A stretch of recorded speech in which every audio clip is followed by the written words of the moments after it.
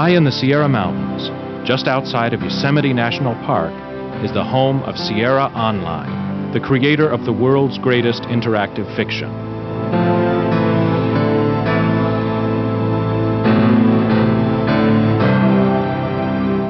Once again, Sierra is breaking new ground with one of the most captivating, challenging, and intense interactive stories ever created.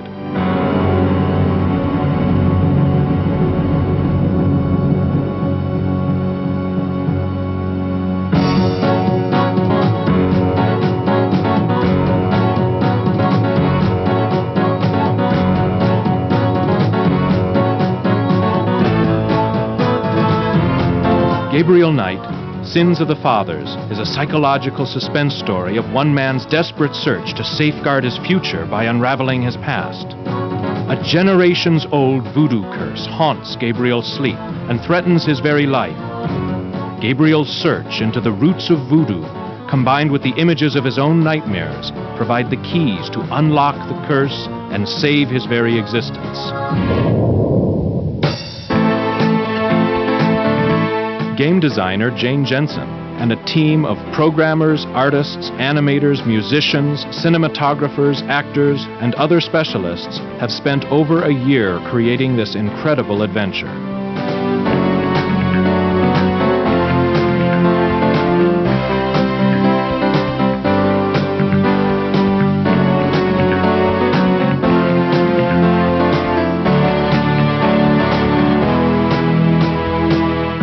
Come, join us behind the scenes for an inside look at the making of Gabriel Knight. Jane began the Gabriel Knight project immediately following her work as co-designer and writer for King's Quest VI, which was the best-selling computer game of 1992. For Jane, Gabriel Knight was a true labor of love. Well, I came to Sierra Online because I really loved adventure games. My first one was King's Quest IV, and I loved the medium the way it was. I love puzzles of all kinds, and I like the graphics. But as a writer, when I came here, I kind of got inspired thinking about how far this medium could go. Sierra was already at that point changing a lot of its direction, and I feel very strongly that this medium can be as powerful of entertainment as any film or any book or any comic or whatever medium you have. And I don't think that, I try not to limit my thinking about the powerful nature of the story because it's a computer game. I think that we can make computer games that are just as good as any other form of entertainment. With Gabriel Knight, Jane also pioneered a number of changes to the familiar Sierra game interface. We get letters from people saying they think that the game assumes too much. It assumes that they want to pick up something when they click the hand on it where they may have been trying to open it.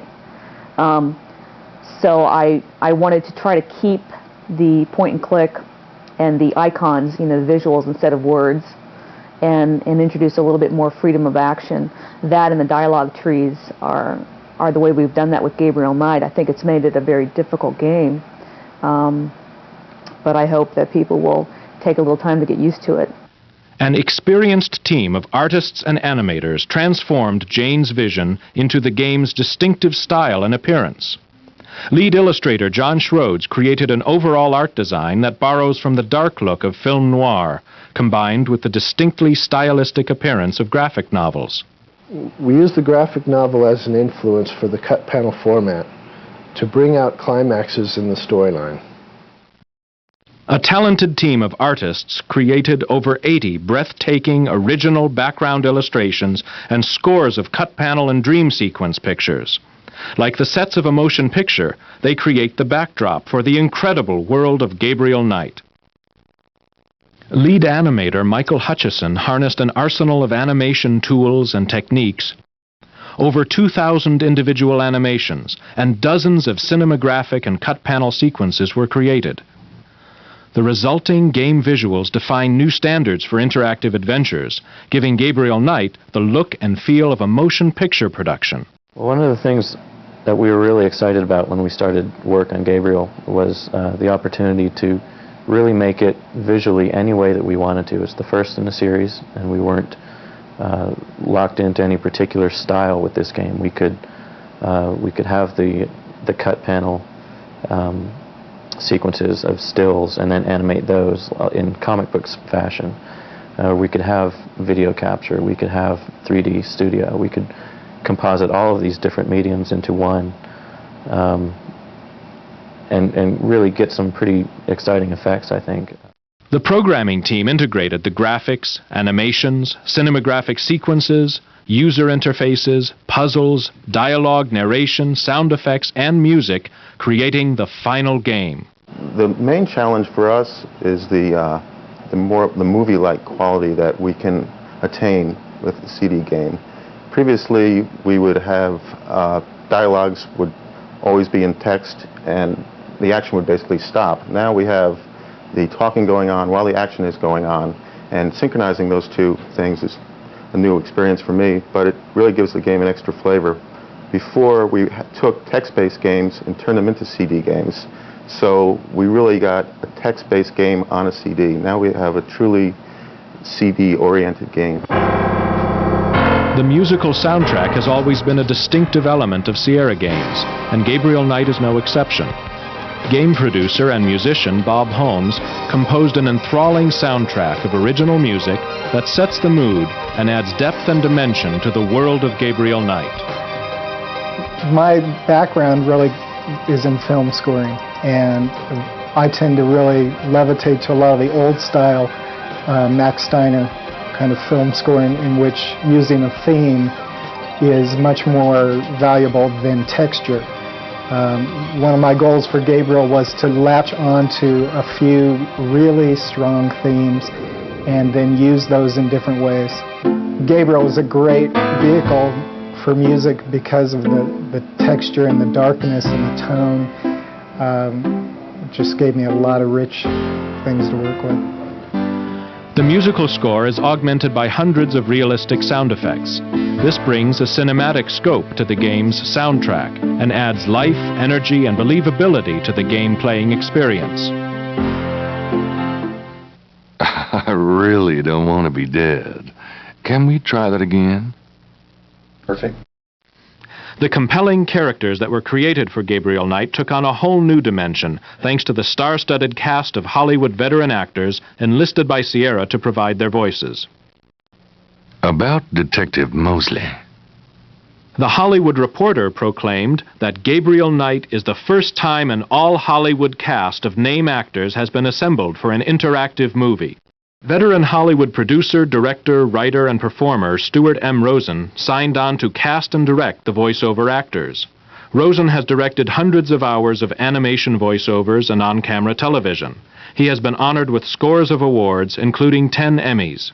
Gabriel Knight absolutely measures up and is far and above a number, in fact, I'd say most things that I've done, in many ways. You know, obviously it's a different form. It's not quote, a film, and it's not a television series or a half-hour or an hour special. So it's different. It's a different form. But I think it's outstanding. I'm very proud of it. I want everybody to see it. With nearly 7,500 lines of dialogue and narration covering all the possible paths the player could follow, this project was the equivalent of directing voiceovers for 5 full-length animated feature films. Gabriel Knight was Rosen's second collaboration with Sierra. He also directed Robbie Benson and others for the CD-ROM version of King's Quest VI. Drachen means dragons. I wonder if Mosley would know he was being insulted if I called him Drachen Breath. Tim Curry is among Hollywood's most talented and versatile actors. Using his sensuous masculine voice, Curry created a distinctive personality for the title character of Gabriel Knight. This is a newspaper clipping about a murder committed in 1810. That murder is an exact match of the voodoo murders, right down to the marks around the bodies. Tim Curry as Gabriel Knight. It's kind of an interesting story. We were trying to cast Gabriel, and we're looking at some of the younger actors, you know, some of the Brat Pack kind of people in Hollywood, and I just wasn't getting a feeling that they were right for the character. And I kind of teasingly said, well, we need to get someone like Tim Curry because he's a very sensual person who's got a real attitude, but you can't help but really like him and really be attracted to him, no matter how, you know, off the wall or how obnoxious he's being in his role. The casting director said, "Well, I know Tim Curry. I've worked with him. I think we could get him." And I was amazed. Curry is also one of Hollywood's busiest actors. He has a starring role in the Three Musketeers movie, which recently opened to rave reviews nationwide. His recording sessions for Gabriel Knight were scheduled around his latest project, a featured role in the upcoming movie The Shadow. Gabriel Knight is very, very cool and impossibly handsome. And of course they came to me.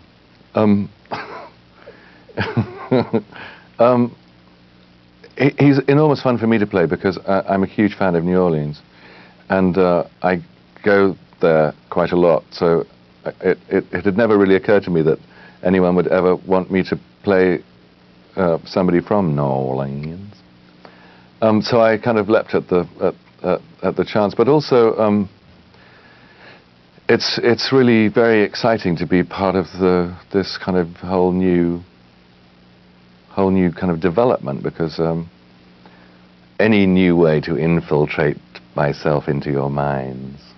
Curry has created scores of roles on stage, screen, and television, including memorable performances in the Rocky Horror Picture Show, The Hunt for Red October, National Lampoon's Loaded Weapon, Home Alone 2, and in the television comedy Roseanne. Ooh, baby, I love the way you move. Mark Hamill is best remembered for creating the role of Luke Skywalker in the Star Wars motion picture trilogy. Since then, Hamill has concentrated on stage work, with leading roles in several Broadway productions. He displayed his talented versatility in creating the voice for Detective Mosley. Give me back my badge. Now, Knight! Well, I'm basing him on various people I might have met, a little mixture of Gary Busey with Randy Quaid, with Mr. Anderson, and I think he's a very pragmatic guy, sort of by the book. You know, he finds the protagonist to be someone he has to work to catch up with. But it's fun and it'll all work great, but for the actor it's very difficult. It's very schizophrenic because they ask you a question and you have 5 responses. Oh, wait a minute, I got to call the chief and see if it's okay. Oh, wait a minute, I got to call my wife and tell her I'll be home late for dinner. Now, wait a minute, I got tickets to the ball game tonight. It's like nothing I've ever done. And I'm having a great time doing it. Rising star Leah Remini brought the right mix of wit, sarcasm, humor, and compassion to the voice of Gabriel's assistant, Grace. She provides a balance for Gabriel's sometimes chauvinistic behavior. Well, I did get her address, but you're a little out of your league here, big fella. Among her numerous television roles, Remini guest starred in several episodes of the hit series Cheers, and currently has a recurring guest role on Evening Shade. Gabriel Knight was her first interactive work. When you're on camera, you could use your face and you can mug and you could do things, and whereas when it's just your voice, you think you sound great and you think you're doing this great acting job, but it really just sounds very flat, and it sounds like you're reading. And when I have the lines in front of me, I forget that I have to act. So the director will say, okay, do it better this time, but this time act. So I'm not really good at it. I'm getting better, though. So, but it's easy with these. I love the characters, so this one I find very easy. I see. By the way, I forgot to warn you, Mr. Knight. The local cemeteries are quite dangerous. Muggers, vandals. I would avoid going there alone, if I were you. While the face may not be immediately recognizable, the voice of Michael Dorn is unmistakable. Best known for creating the character of Worf on Star Trek The Next Generation, Dorn's commanding, resonant voice was a perfect choice for Dr. John. You! What are you doing here? You know, Worf is very distinctive. He has a very distinctive voice and a distinctive way of talking. And sometimes you could get into trouble by all of a sudden slipping into the Worf character, just by the way he talks. And that's probably the hardest thing is getting out of it now. It's been 7 years, and so immediately you go into it. Although Worf his voice is a lot lower than mine, and he's a lot more stern and serious than I am. The role of Wolfgang is brought to life by the talents of stage, screen, and television legend Ephraim Zimbalist Jr. We must locate the tribe's original African homeland. Her remains might be there, or they might be in New Orleans, buried among her descendants. His performance on Gabriel Knight adds interactive entertainment to his resume that covers more than 50 years in all facets of the entertainment business. This is different in that you don't know anything. I mean, you come in and you read a bunch of choices, and you don't know which is the right one or which is the wrong one. False leads, true leads, and so forth. So it's a multiple choice performance based on a significant lack of knowledge, I think. Gabriel Knight defines a new chapter in the evolution of computer games. The CD-ROM provides the storage capacity required to bring you this artful mixture of industry-leading interactive game design, state-of-the-art computer technology, and award-winning Hollywood performances. This is very entertaining. I mean, the storyline itself is sophisticated. It's the kind of story you would see in a feature film or on cable television rather than network television. And the fact that I mean, for the most part, people slip the cassette in, they push a button, and that's the end of their job. And I think this is a challenge to people. And, you know, with cable channels, with all the satellite television, everything that you have competing for people's attention, I think this has a real chance to be groundbreaking in its own way. I'd love to see it happen. I'd really love to see it happen because, for me, it's an actor's dream come true. First of all, it's clearly the next step on from video in that you're absolutely involved in the process. So you influence the outcome of the plot. You take the movie where you want to take it. What's really best about it seems to me, is that you can sit in your own home and make your own movie. It's pretty cool to me. The convergence of Hollywood's talent with the award-winning story-based game development skills at Sierra opens the door on an exciting new future for interactive entertainment. Jane Jensen's Gabriel Knight, Sins of the Fathers represents a bold step down this future path. The interesting thing about interactive fiction is there is a plot that continues through the game, but also because it's interactive and because the player is exploring at their leisure, you can put in all kinds of side trips that may be just about character or just about some interesting point of history or just about the universe that you're in that don't necessarily progress the story. And I think that makes interactive fiction potentially a much richer form of entertainment. Interactive fiction integrates the best attributes of films, novels, stage, and television. But it's an exciting new entertainment experience, giving you the unique opportunity to actively participate in the story. It really rolls up all of those forms, the dramatic forms, reading, all of it, all together in one ball of wax. And I think this is going to be the new thing. I think this is going to be the thing of tomorrow. And though it's young today, wait till it matures. Wow. Now it's your turn. Take a journey you will never forget into the world of Gabriel Knight.